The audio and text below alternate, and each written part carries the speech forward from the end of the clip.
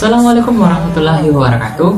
Perkenalkan, nama saya Muhammad Nur Alamsyah Ali. Ini saya akan menjelaskan tentang apa itu ilmu falak. Pengertian ilmu falak menurut bahasa terdiri dari dua gabungan kata bahasa Arab, yaitu ilmu dan al-falak. Kata ilmu adalah bentuk masdar dari kata a'lima ya'lam, yang artinya adalah pengetahuan. Sedangkan al-falak menurut bahasa adalah makhraj rawatib, yang artinya adalah tempat perjalanan planet atau lingkungan langit.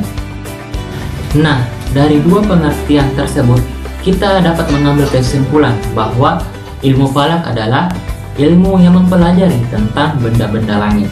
Nah, selain dari pengertian umum ilmu falak, juga ada beberapa para ahli yang mendefinisikan tentang pengertian falak itu sendiri.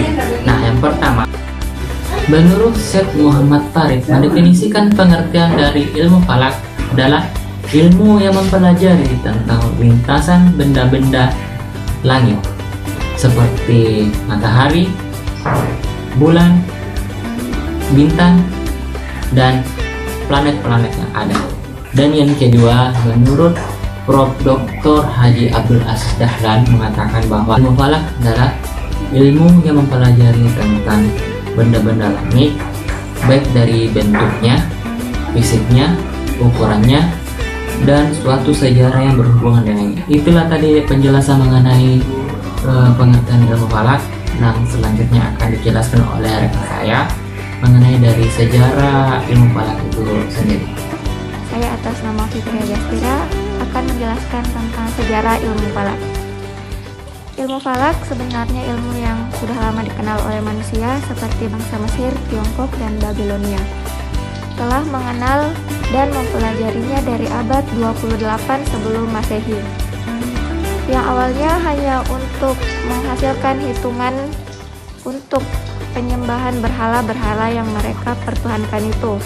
Kemudian sekitar abad ke-12 sebelum Masehi, perkembangan ilmu falak di Tiongkok mengalami kemajuan yang sangat pesat, di mana mereka mengetahui bagaimana cara kapan terjadinya gerhana.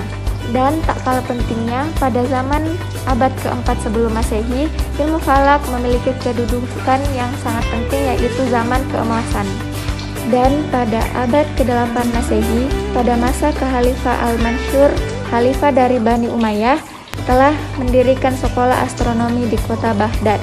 Khalifah sendiri adalah ahli astronomi di tempat tersebut. Perkenalkan, nama saya Rahmat Ardiansyah. Saya akan melanjutkan pemaparan materi dari kelompok kami, yaitu sejarah perkembangan ilmu falak di Nusantara. Jadi secara sepintas jelas tampak bahwa perkembangan ilmu falak di tanah air merupakan buah dari perjalanan para tokoh Nusantara ke pusat-pusat keilmuan dunia. Kemajuan sains dan teknologi, diantaranya ilmu falak yang dicapai pusat-pusat keilmuan ketika itu seperti Mesir, Suriah, dan Haramain, sejatinya memberi pengaruh besar bagi wawasan sains para pelajar Nusantara.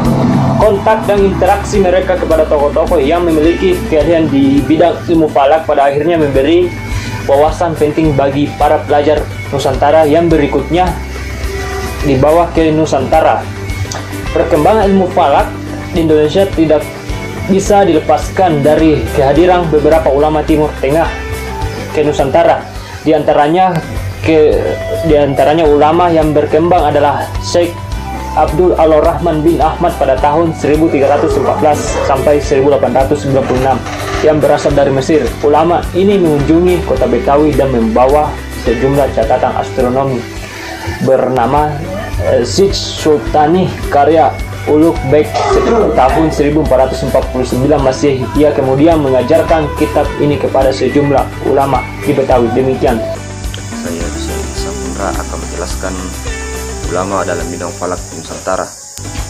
Yang pertama yang berkontribusi dalam bidang falak dari Nusantara adalah Ahmad Khatib Minangkabau. Ia adalah ulama asal Minangkabau yang lama belajar dan bermukim di Haramin. Ulama lain yang berkontribusi dalam bidang ilmu falak adalah Ahmad Halat. Beliau adalah pendiri organisasi Muhammadiyah.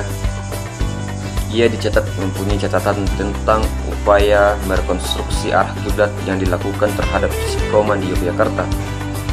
Upaya Ahmad Dahlan ini menjadi berkontribusi penting dalam bidang ilmu falak di Nusantara. Kemudian ulama ketiga yang berkontribusi dalam ilmu falak adalah Mukhtar Bogor. Ia bernama lengkap Muhammad Mukhtar bin Atharid yang pernah menimba ilmu di Timur Tengah. Di antara kontribusinya dalam bidang ilmu falak adalah penulisan sebuah karya tentang rubuk mujayyab yang berjudul Taqrib al-Muqsad fi al-Amal bi al-Rub al-Mujayyab. Ulama berikutnya yang mengembangkan ilmu falak di Nusantara adalah Tathir Jalaluddin. Ia dikenal sebagai tokoh di mana sejumlah karyanya dalam bidang-bidang ilmu falak memengaruhi pemikiran dan perkembangan ilmu falak di Nusantara. Diketahui bahwa ia pernah menuntut ilmu di Kairo, yaitu Mesir. Perkenalkan, nama saya Sulfiana. Baik, saya akan menjelaskan peranan ilmu falak terhadap penentuan awal waktu salat. Dahulu ulama-ulama menentukan waktu salat dengan menggunakan cara melihat langsung tanda-tanda alam sebagaimana secara tekstual dalam hadis-hadis Nabi, seperti menggunakan alat bantu tongkat istiwa atau mikyas atau hemisperium.